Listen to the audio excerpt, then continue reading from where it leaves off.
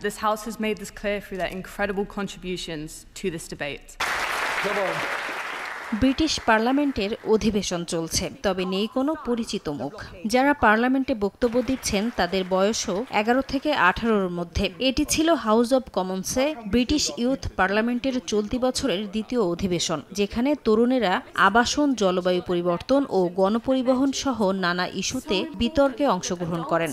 Listen to young people when they are struggling with these kinds of issues. এটি যুক্তরাজ্যের parliament থেকে আলাদা ও একটি স্বাধীন সংগঠন, যেখানে 3 শতাধিক তরুণ সদস্য রয়েছে, যারা সরকার ও পরিষেবা প্রদানকারীদের কাছে তাদের সহপাঠীদের মতামতের প্রতিনিধিত্ব করতে প্রতি 2 বছর অন্তর নির্বাচিত হন। দেশের বিভিন্ন স্কুলে নির্বাচনের মাধ্যমে সংগঠনটির প্রতিনিধি নির্বাচন করা হয়ে থাকে।